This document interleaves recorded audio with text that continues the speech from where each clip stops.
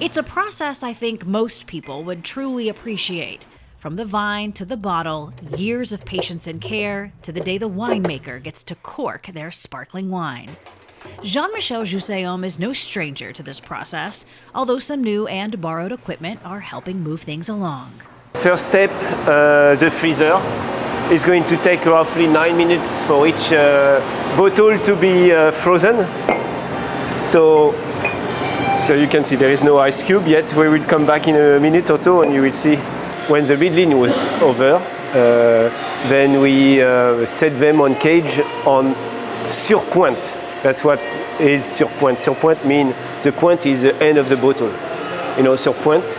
So that means like we storage the bottle neck down, you know, to avoid to reblend the lees, you know. But you can barely see it now, it's all inside. Once frozen, the bottle is popped open and put on a machine called a leveler. Jean-Michel isn't adding dosage, which is a small amount of wine, usually mixed with sugar, added back into the bottle once that yeast plug is disgorged. He says there's enough residual sugar in his 2019 Blanc de Blanc. Back to that first step. And I got myself a little neck freezer for, I used to use a traditional freezer and do everything more or less à la volée, disgorging à la volée, meaning without an ice cube. So it's required a little bit more technicity. So this makes it a lot more easy, you know. At minus 22 degrees Celsius, the remaining sediment inside the bottle freezes, allowing for a clean disgorging.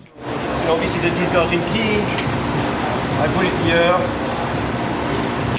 And here's a little perk of the day. Before that first bottle is poured in the leveler, a taste for me. Well, that's fun.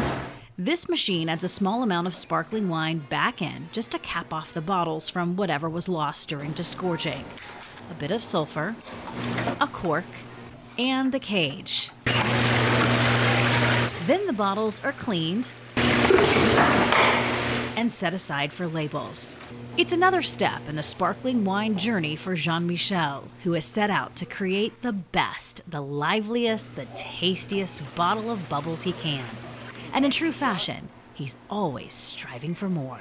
It was a good vintage, 19.